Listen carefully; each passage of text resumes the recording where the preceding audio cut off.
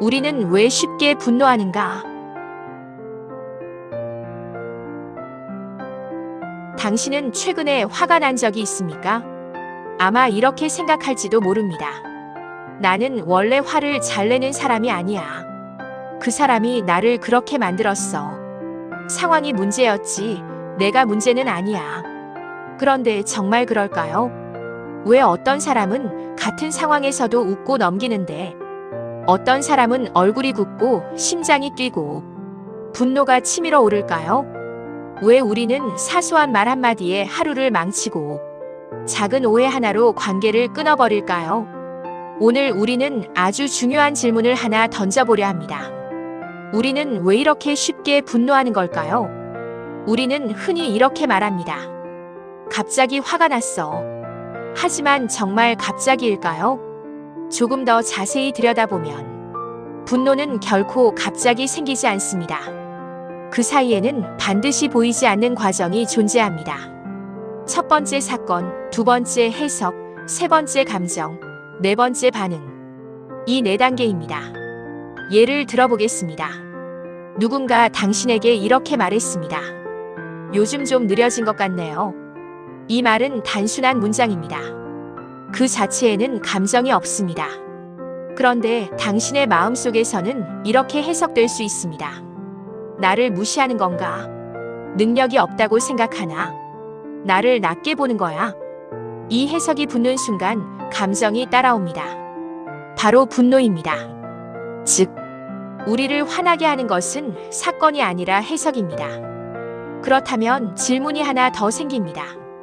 왜 우리는 그렇게 쉽게 부정적으로 해석할까요? 그 이유는 우리 마음이 원래 그렇게 설계되어 있기 때문입니다. 인간의 뇌는 기본적으로 위험을 먼저 감지하도록 만들어져 있습니다. 과거에는 이것이 생존에 유리했습니다. 작은 소리에도 긴장하고 낯선 사람을 경계하고 위험을 빠르게 판단하는 것. 이것이 생존을 도왔습니다. 하지만 현대 사회에서는 이 기능이 오히려 문제를 만들기도 합니다. 예를 들어 상대가 무심코 한 말 하나에도 우리는 이렇게 반응합니다. 나를 공격하는 건가? 나를 무시한 건가? 나를 인정하지 않는 건가? 즉, 우리는 사실보다 먼저 의미를 만들어냅니다. 그리고 그 의미가 대부분 부정적입니다. 여기서 중요한 사실이 하나 있습니다. 분노는 나쁜 감정이 아닙니다. 오히려 분노는 나를 보호하려는 감정입니다. 우리는 언제 화가 날까요? 무시당했다고 느낄 때, 존중받지 못했다고 느낄 때, 억울하다고 느낄 때, 통제력을 잃었다고 느낄 때, 즉, 내가 중요하게 생각하는 것이 위협받을 때, 분노가 발생합니다. 그래서 분노는 이렇게 말하고 있습니다. 나를 지켜라. 이건 잘못된 상황이다. 이건 받아들이면 안 된다.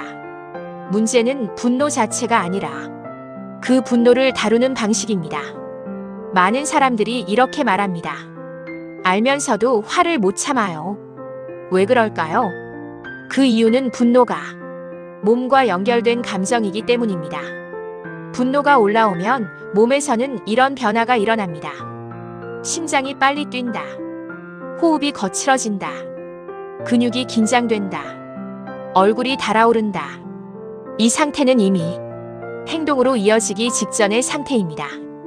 다시 말해, 생각으로 통제하기 전에 몸이 먼저 반응해버리는 것입니다. 그래서 우리는 이렇게 말합니다. 나도 모르게 그랬어. 하지만 사실은 모르게가 아니라 이미 몸이 준비된 상태였던 것입니다. 또 하나 중요한 사실이 있습니다. 지금의 분노는 과거와 연결되어 있습니다. 현재의 사건이 과거의 기억을 건드리는 순간 분노는 더 크게 폭발합니다. 예를 들어 어릴 때 자주 무시당했던 경험이 있는 사람은 작은 말에도 크게 반응할 수 있습니다. 왜냐하면 그 말이 현재의 사건이 아니라 과거의 감정을 다시 끌어올리기 때문입니다.